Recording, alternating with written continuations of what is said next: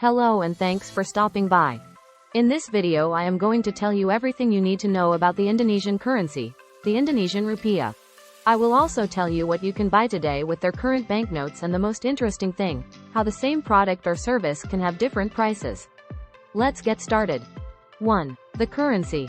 The Indonesian Rupiah is the official currency of Indonesia. It is controlled and issued by Bank Indonesia. Its code is IDR and its symbol, used on all coins and banknotes, is Rp. The currency is devalued mainly because there is more supply than demand. People buy other stronger currencies like USD or Euro and sell the weaker Indonesian Rupiah. So when talking about millions, it is very common to remove the last 3 zeros in order to shorten the name of the price. For example, if you go to buy 2 kilos of fruit worth 50,000 Indonesian rupiahs, it is common to be asked for 50k. Also, when you see the price of a product written down, it is common to see 100k when the price of the product is 100,000 Indonesian rupiahs. This is a conversion against the USD, Euro dollar today. If we look at the banknotes, we can see many details. One of the most striking ones are the faces of the national heroes on each banknote, and if we turn it around, we can see different dancers on each banknote. 2. Conversion from IDR to USD. On the one hand, we can memorize that the most valuable banknote, 100 Indonesian rupiahs, is approximately $6. From now on, and to make it a bit simpler, we will remove the 3 zeros that we have mentioned before and replace them with a k. So 100,000 Indonesian rupiahs will be 100k. Knowing that 100k is $6, we can easily calculate 50k, which is $3, dividing it by 2. In the same way, if we divide 100k by 10, or move the comma to the left, we can calculate that 10k is 60 cents and 5k is 30 cents. This seems very simple if we only have these amounts, but what happens when we find amounts of 20k, 30k, 40k? Well, I am going to tell you another strategy for this case, which is as easy as adding 60 cents for every 10k more. We knew that 100k is $6 and that 10k is $0, 6. So we will add 60 cents to go from 10k to 20k. $0, 6 plus $0, 6 equals $1, 20, which is 20k. We will continue adding 60 cents for every 10k more, so that 30k will be $1.08, 40k will be $2.04, 50k will be $3, 60k will be $3.06, 70k will be $4.02, 80k will be $4.08, 90k will be $5.40, and 100k will be $6. What about the smaller banknotes? We know that 100k is 6 cents, therefore 10k is 60 cents and 1k is 6 cents.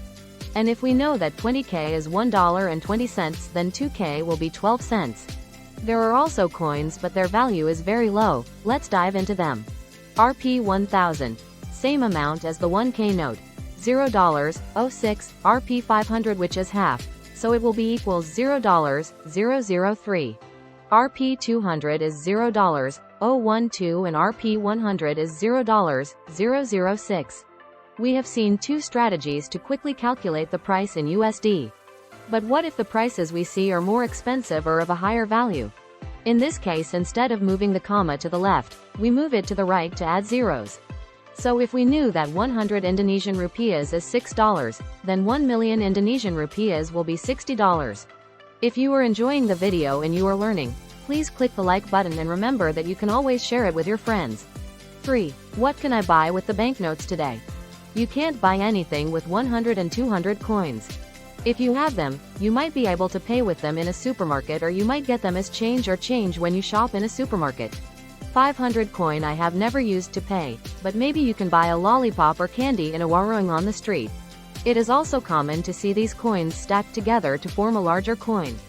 E.g. 10 by 100 coins to make 1.000 and use it to pay for parking. With 1000 we can also pay for the rice crackers that are put out to accompany a meal. The most common price we can pay in a car park if we go on a motorbike is 2.000. However, some car parks in Canggu already ask for 5.000, and if you go by car, 10.000. Other products you can find for 5.000 or a portion of rice already cooked in a warung, or even a nasi jingo, rice with something else. With 10,000 you can buy a coconut on the street, pay for car parking, as mentioned above, and other meals such as a tahu tek or nasi campur on the street. With 20,000 you can buy a kilo of dragon fruit or a nasi campur in another warung. With 50,000 you can rent a surfboard to surf for a while, you can pay for a coconut or a beer in a restaurant or a nasi goreng in a restaurant. With 100,000 you can buy a t-shirt or pay for a pizza in a restaurant. 4. How is it possible to be charged different prices for the same product or service? The price of a product or service will be determined mainly by 1. The product or service it is, and 2. The place where you buy it. If we talk about accommodation, we know that the location is the main factor that will determine its price, as well as how new and nice it is. If we talk about food, we know that a meal in a restaurant can cost 10 times more than a meal in a warung. And in the previous examples we have also seen that for a coconut or for parking, we will pay different prices depending on where we are. These are some examples of products or services that you can find with different prices, and in the end, you decide how much you want to pay. I usually say that there are prices for everyone and everyone has their own preferences. Don't forget to check out this video if you want to learn about all the prices you may face on your trip to Bali. 5. What do I do to pay? Whenever I can, I pay using the QR code via my phone's camera since I have a local bank account. If you're traveling, I suggest you to bring USD in cash and exchange it at a bureau de change, not at the airport where the exchange rate is worse, but at any bureau de change you see on the street. You can also bring your Revolut card, both to withdraw money from an ATM with lower commissions than a conventional bank, and to make payments in a restaurant or hotel. Remember that although it is not compulsory, it is advisable to bring a travel insurance. There is one well known between the digital nomad community, SafetyWing. It is pretty affordable compared to other options and allows you to pay per month. Check both Revolut card and SafetyWing insurance links on the description.